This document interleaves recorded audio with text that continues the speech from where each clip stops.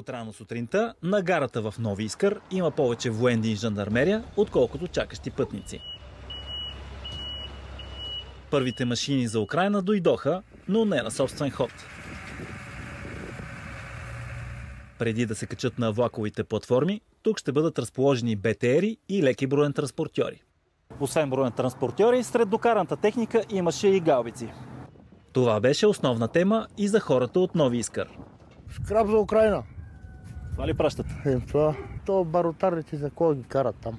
Да не е в България. Сигурно от 20 години, откак да дошла демокрацията, това не е павен. Имаме 80 танка и 10 самолета в тази държава. Кой ще пази тази България? Никой. Това са глупости. Просто наливаме още масло в огъня и нищо повече. Да загиват хора. Не знам откъде си ги извадили тия ръжди. Това са подвижни гаубици там, другите, дето ги виждате. Няма нищо общо с танковете, не е танк това. И те са също много стари. Едва ли ще свършат работа на когото и да било и за каквото и да било, но те си знаят.